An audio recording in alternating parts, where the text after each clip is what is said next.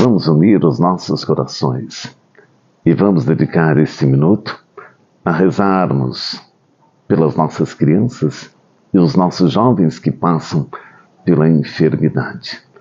Aqui nós entregamos nesta oração a Antonella, em Santa Maria, Rio Grande do Sul, e entregamos também a Gabriela, em São Caetano do Sul.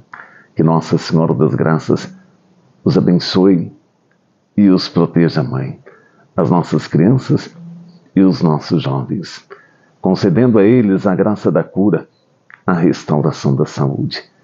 Estejais no coração e no caminho destas crianças e jovens, juntamente com seus familiares, para que possam vencer todas as etapas e receber a graça da cura, a restauração da saúde, através de vossas mãos, ó Mãe querida.